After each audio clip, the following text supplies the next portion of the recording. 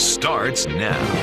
Good afternoon, everyone. I'm Leon Bibb with breaking news. A verdict in the Jimmy Dimora trial. A verdict in the trial. News Channel 5's Ron Regan joins us now live in Akron. Ron, you've been watching this case closely. We're only moments away from learning Dimora's fate. What can you tell us as you stand outside the courtroom?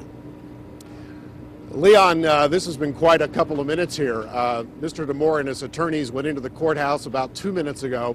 They are now upstairs on the fifth floor in Judge Sarah Leoy's courtroom. What's going to unfold here now is that Judge Leoy will come into the courtroom. She will then bring in the jury, and then they will begin what we anticipate will be a fairly lengthy reading, because there are 37 counts in this criminal indictment. 34 of those relate directly to Jimmy Dimora.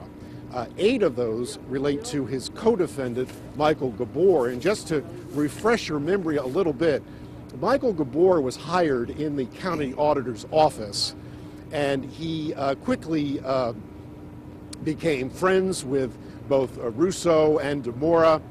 He was friends actually before he was hired, but became even better friends, according to the FBI and government prosecutors, because he became a key player in what the FBI actually said at one time was Jimmy Dimora's bagman, in a sense passing out cash and collecting cash, and at some times acting as Dimora's go-between and his road to Dimora's corruption trial began.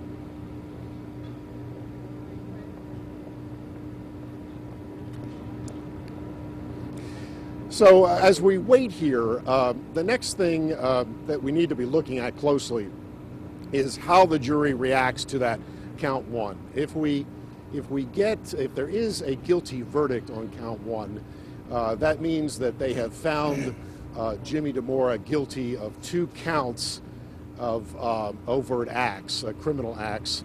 That could include mail fraud, that could include bribery, that could include obstruction of justice. So if the jury finds him guilty on any 2 counts of those criminal charges, then he would be guilty of criminal conspiracy and a racketeering charge. The same is true with Mr. Gabor, Leon. Let me ask you, Ron, you said that they were going to go through those 37 charges again. They actually read the charges again before the jury gives the results of its deliberation. They officially read those 37 charges again, 37 counts. Leon, if you could just repeat the last part of your sentence, because there was a great deal of commotion just a few blocks away. I understand there's a whole lot going on your end and on our end as well. It's a live, fluid scene. It is, and we are trying to follow it as best we can. And they will actually read those 37 counts again that Dimora is faced with? They will. They'll at least read the charges. For instance, in count 1, they will read that as a RICO charge, which is a shorthand for Racketeer Influenced and Corrupt Organization Act. That RICO Act historically was used to prosecute mafia figures. In this case, it's being used to prosecute Dimora and Gabor, and they are calling the criminal enterprise in this case actually Cuyahoga County government, and saying that Mr. Dimora, in his years as county commissioner, actually ran a criminal enterprise out of Cuyahoga County offices. The other day, you had a moment with Jimmy Dimora. He didn't say much. I mean, he's not said much, obviously, coming out of court, but he did say that he might have something to say later on in the afternoon, as you were talking to him around the noon hour. You remember that story? Can you take us back to that moment? Well, you know, he did lead us to believe that he wanted to go on the record. You know, you have to believe, covering Dimora as I have over the last couple of years, that he really wants to get out and say something on his behalf.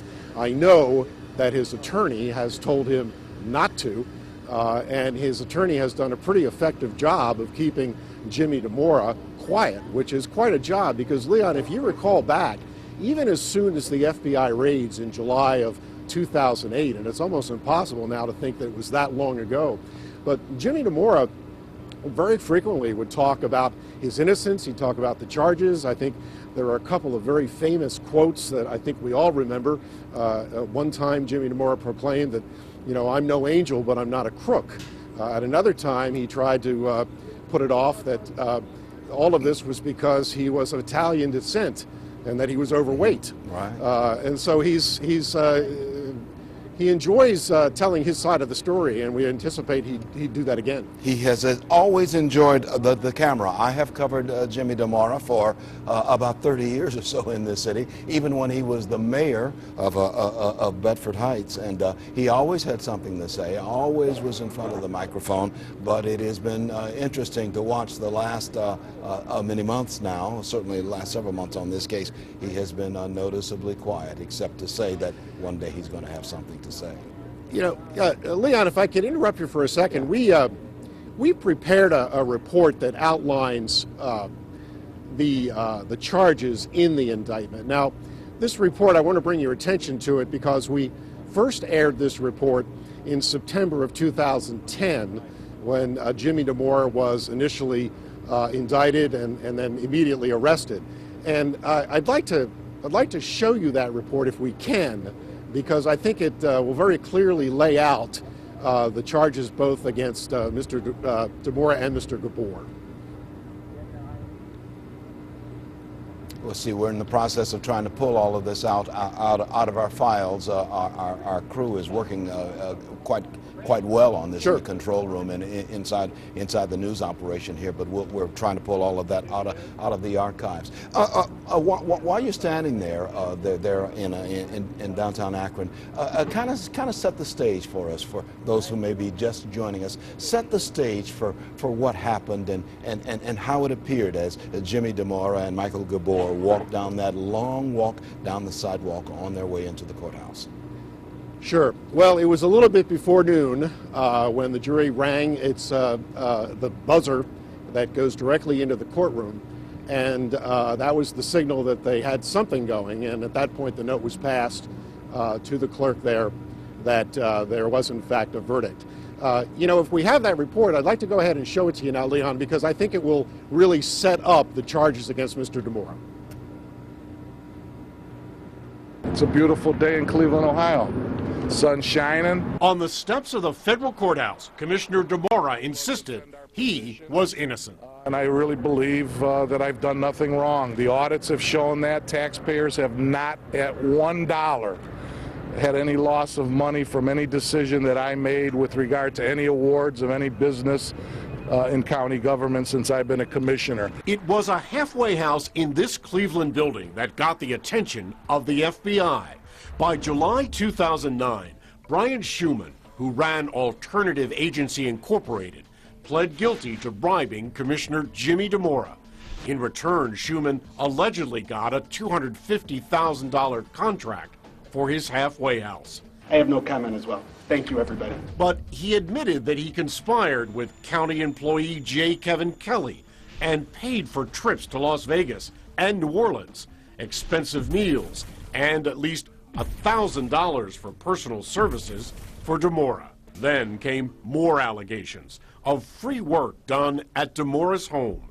Cleveland businessman Steve Pumper pled guilty to providing home improvements plus $33,000 in cash in exchange for county business. Another Cleveland businessman, John Valentin, admitted installing thousands of dollars worth of free granite for Dimora's kitchen and master bath. Today, here's how Dimora referred to those who have already pled guilty. It's a whole lot of people that got in trouble, that made up lies, that were cut deals with the federal government for less jail time. But the most explosive allegations came from this man, Cleveland businessman Ferris Kleem. Last May, Kleem told federal prosecutors that he bribed both Dimora and Auditor Frank Russo in a number of schemes, including road contracts and steering business to a managed care company. Kleem also said he even paid $1,000 to a prostitute, then escorted her to Dimora's suite during a junket to Las Vegas that also included Russo. Today, Dimora denied all that. And there was nothing done where any contracts were steered or any bid rigging done on my part. So, Leon, you can see that Jimmy Dimora from the very get-go was very convinced that he's innocent, and he's about to find out if, in fact, the jury believes that as well.